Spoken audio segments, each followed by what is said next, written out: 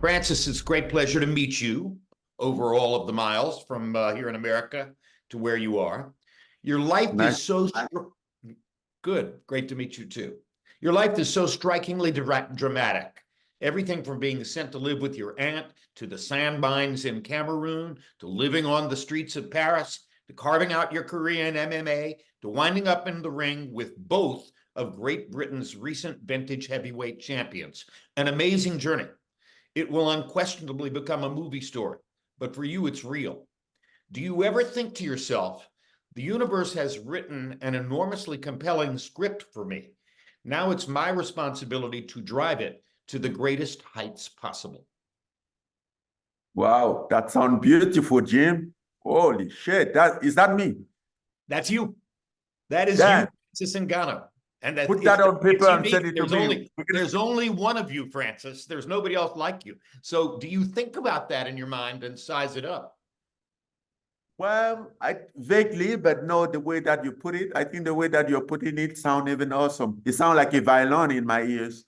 It's really something. And if you can, live through all that without in any way being fazed by it, you have achieved great inner strength during all of this. So tell me about the sand mines. The words themselves are intimidating. Is it inevitable in that kind of work that you would dream of doing something else?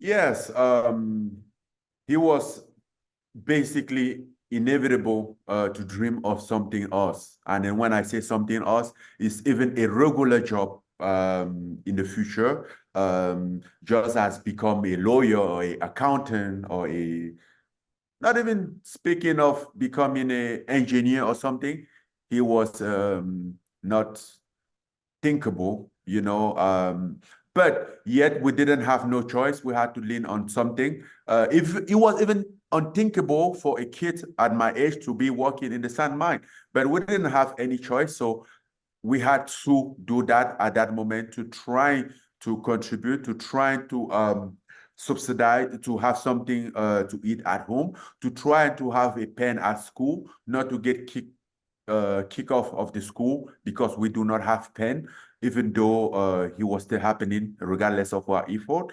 But to try not to be so embarrassed amongst other kids because we don't have shoes to wear or clothes. But it is what it is. It was what it is. But at the end of the day, I think is the greatest thing that ever happened to me because I think from not having what we would say a proper education, a proper childhood, youth get me to learn from life and then sharpen me for to face life, prepare me to face life and get me where I am. Because I thought about it sometime. I really do believe that if I had a normal life, an easy life with mom and dad at home that was taking care of me as every kid, I would have never been here. I would end up being I don't know, maybe some depressed accountant in the office or a lawyer or something like that. That was basic, or architect. But I would never be here do what I was doing. So I think like from my very young age, life designed me to get here where I am today and get me prepared for that. Obviously, you have the mind that could have made you a lawyer or a businessman. You're speaking in what I think is your third language now, or are there even more than that? The third language. Third language. So at some point, you gravitated into MMA. How did you choose MMA? Had you seen it? I didn't choose MMA.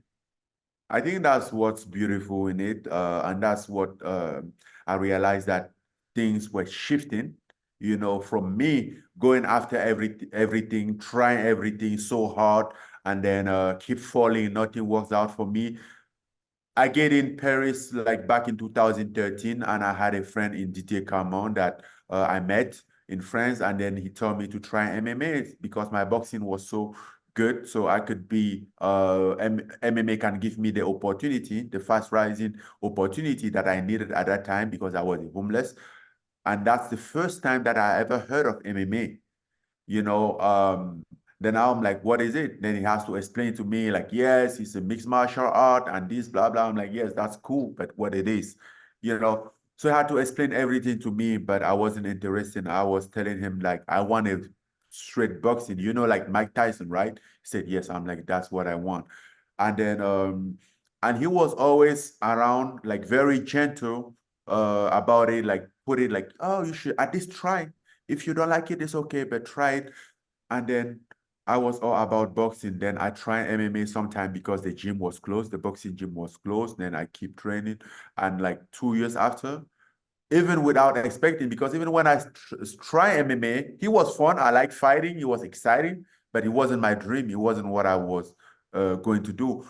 And then when I started MMA, people was like, yes, if you at least had like a blue belt in on your ground game, if you had a decent wrestling defense, takedown defense, you're gonna be a UFC champion. Then I'm like, what's UFC? They have to explain it to me. And I'm like, who cares? You know, I didn't care about it. I never chased to. But 2 years after, I had a call telling me that I have a UFC contract.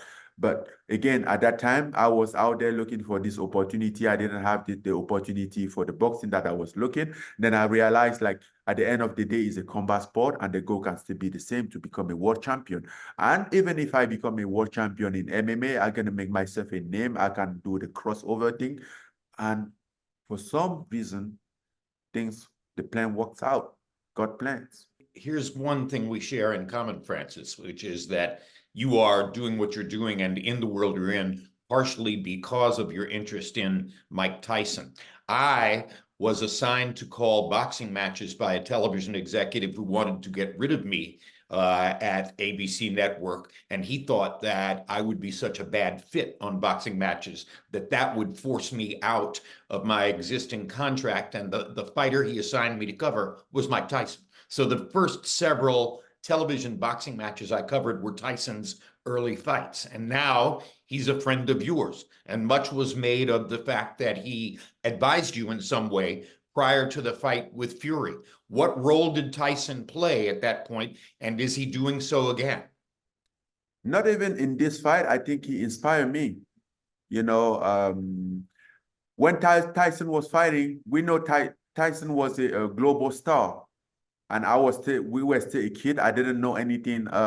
We didn't have TV. Again, we were poor, but I was hearing from around talking about boxing, and I was very excited when they talk about boxing. And then they will always talk about Mike Tyson, you know, and then that's the name that I knew. Obviously, there was this battle between Mike Tyson and Holyfield that was very viral at some point. But again, he was more about Mike Tyson. So as soon as I had an opportunity a couple years later, I just went on YouTube, started watching Mike Tyson video. The first name that I put was Mike Tyson to watch his video, and then he inspired me. And at that time, I was doing boxing already. So it was very interesting for me to see a heavyweight box, like a very fundamental boxing. Like, you could have put a video of Mike Tyson and take a 5 years old kid and say, look, this is how they box. And this guy is actually in the real fight, which is not the case in any other fighters. And he was very fundamental, very basic, and perfect. And then I'm like, man, how come a heavyweight can do this? Even lightweight, they can't do this. Not other weight class can do this. But a heavyweight, which should be more complicated for him, he's doing this. And I just start follow, and that hit me, bro. Like, I was all about it. And then also I saw something about it. Like, people was always like, yes, Mike Tyson hit hard, he's strong, he's this. But one thing that I noticed, in my opinion, that people was dismissing was the fact that everything was with so much precision. Like, his punches was coming from his leg, not just his hand. Every single one was very precise. So he generated enough power, or even from his body weight, he was enough power to knock everyone out. And that was the first moment that I get inspired. I just get inspired by that. And obviously, leading up to the Tyson Fury fight, we had it in the gym like 3 times. watching us train, giving us some advice, who was again inspiring. You know, like you're there training and you realize that Mike Tyson that you first watch on YouTube, he's there he's there standing watching you train, believes in you. I think that also was very motivating, encouraging. Yes, so he was more about the mindset, the motivation, the inspiration. So he and a lot of other people helped you to get in a position where, in a different craft, boxing instead of MMA, you were able to go in against the heavyweight champion of the world, Tyson Fury. And you appeared after 8 rounds to be right there on the doorstep of a massive, life-changing identity opportunity. And then either, in the view of media, you either tired or he pushed himself to another level, and you wind up falling just short of a win. But in combat sports, sometimes something that is painted as a loss is really a win. And this was really a win for your life because it elevated you and put you in a position where now Joshua wants to fight you. Do you agree with the view that in those last 2 rounds you tired a little bit, or that you couldn't sustain exactly what you had done up to that point? Was it physical fatigue or mental challenge, or do you think it was just scoring that didn't continue to give you credit for what you had done in the fight? I think it was scoring. I think I won the fight completely. I think I did great. Of course, I was tired, which makes sense in the 8th round, in the 8th round boxing match, my first fight against a world champion. Yeah, of course I was tired, but he was more tired than me, right? So I managed to be on top of the game. That's the way it went.